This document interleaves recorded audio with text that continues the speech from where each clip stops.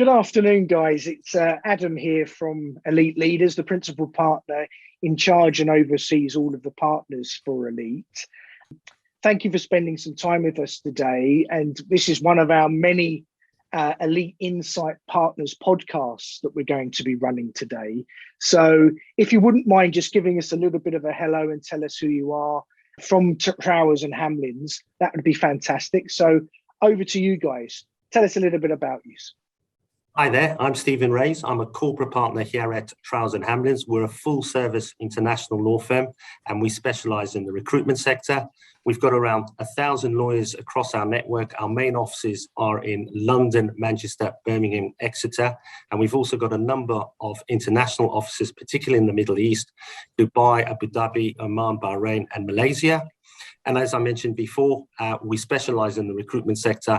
I regularly advise owners of recruitment agencies on buying and selling their businesses. That's what I do day in, day out. Thank you, Stephen. And I'm Nicola Ihnatowicz. I'm a partner here at Trowers in our employment and pensions team. So I specialise in advising employers predominantly in the recruitment sector.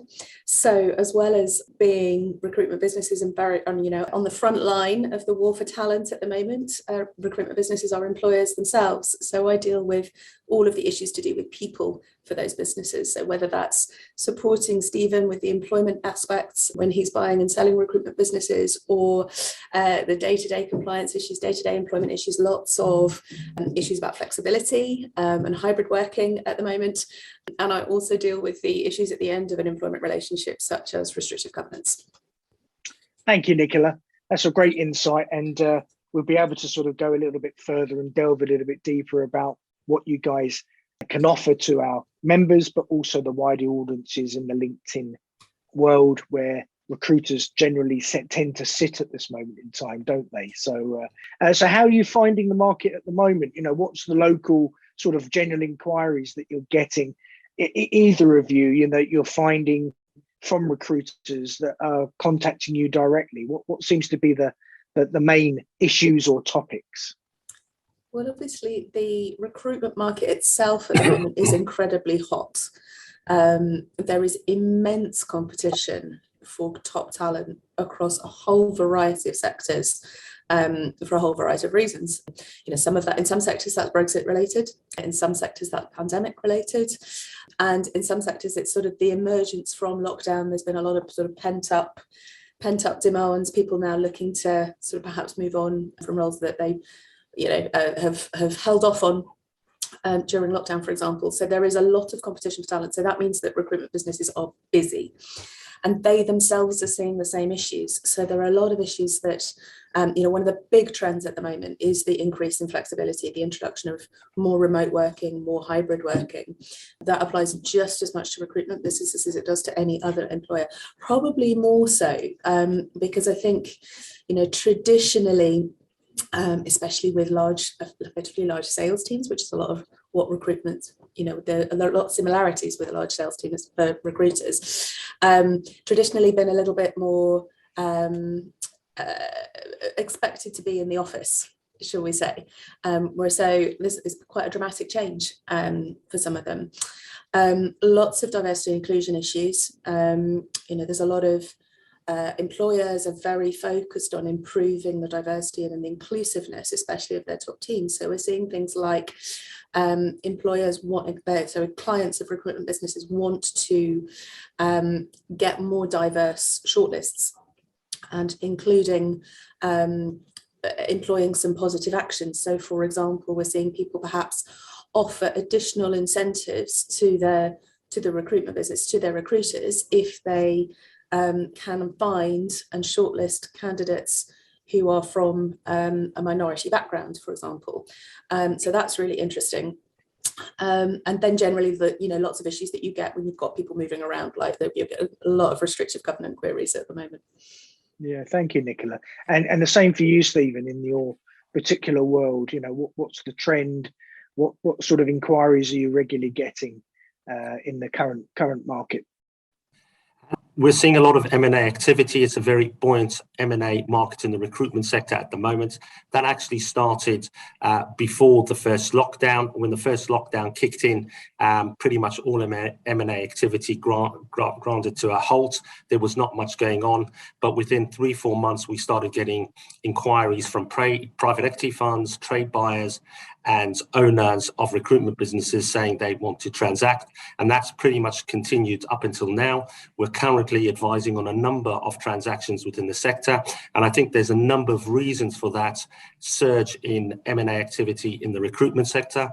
First of all, there's a lot of money out there. Banks are willing to lend. You've got private equity funds who are sitting on lots of cash and they need to spend that. You've got trade buyers who have done quite well during COVID and also took on some COVID government-related loans. So they're cash rich and they want to do acquisitions. And we're also seeing a number of foreign buyers coming into the market over the last year or so. Combine that with owners of recruitment businesses who are looking to de-risk. Some of them are saying, we don't know what's around the corner.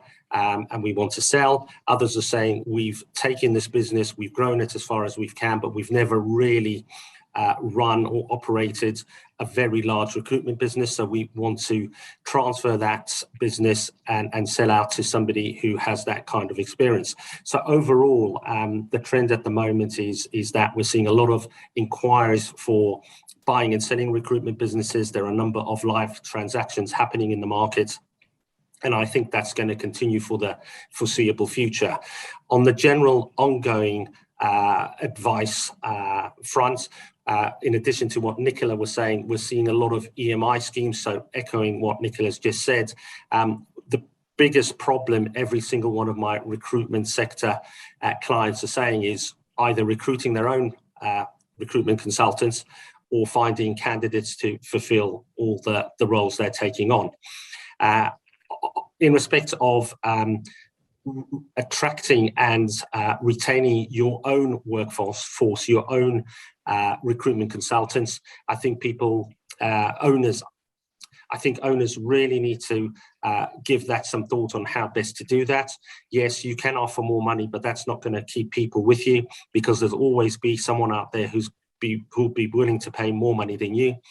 In my view, the only real way to retain your star billers is to give them some skin in the game, and that's by giving them some EMI share options. Absolutely, and I speak to many CEOs within recruitment businesses, and their biggest headache is retention. You know, having and building this staff up from the grassroots to get them to levels where they're now big billers and top billers within that organization, they become attractive to the wider audiences out there, and they're tempted, you know, and they get bored, you know, and they want a fresh challenge and they want something new, or you know, some even go off and set up on their own. You know, I think it's an historic thing that's not uncommon in the recruitment space, that recruitment consultants end up as recruitment owners.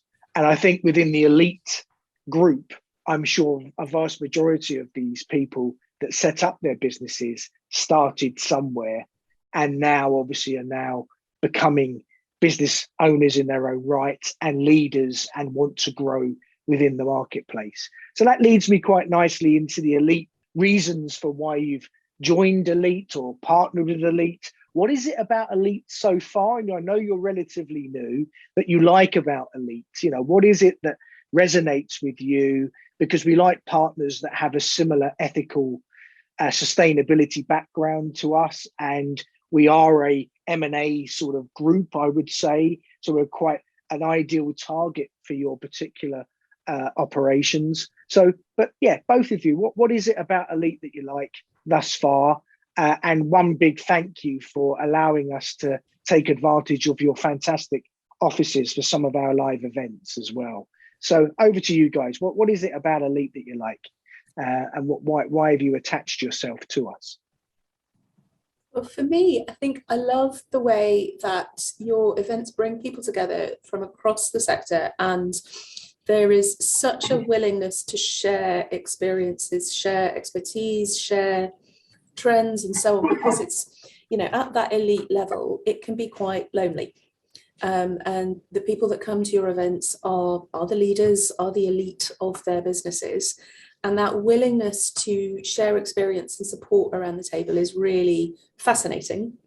It's a great opportunity for us to hear directly from the people that we obviously hope might be our potential clients about what they've got going on. And, it's really fantastic. Given, the competitive nature of the industry, it's really unusual to have people coming together and being willing to share that support and expertise and experience. I've really enjoyed that about your events. Thank you. Stephen. Yeah, just to again echo what Nicola was saying, I've been working with Elite probably over the last 4 or 5 years. There was a bit of a hiatus during lockdown when we couldn't meet, but what really attracts me is the quality of the recruitment businesses that are members of Elite. And as an advisor, I always like working with clients who actually listen to my advice, and people who join Elite are obviously there to learn, because they realise that there's always room for improvement, and those are the type of clients we like. We obviously specialise in the recruitment sector, so that we get to meet a lot of good recruitment businesses.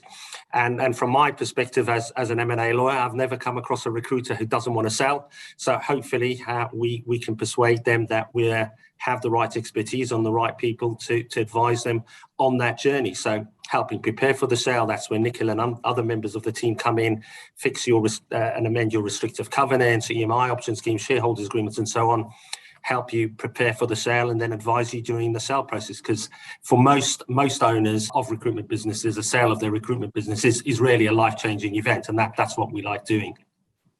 Fantastic. Well, look, we really appreciate your insights, your expertise, your knowledge, and I'm sure many members, if they haven't found you, would find this very interesting. They've got the main people now to contact on a regular basis if they need you. And I know we're going to be using your lovely offices for some of our other live events that are coming up. So I'm sure you'll get to meet some of them and they get to meet some of you. So look, we really do appreciate your time. Thanks very much. Unless there's anything else that you'd like to add, that will be it for today. And thanks very much for your time. Really appreciate it. Have a great day. Thanks very much, Adam.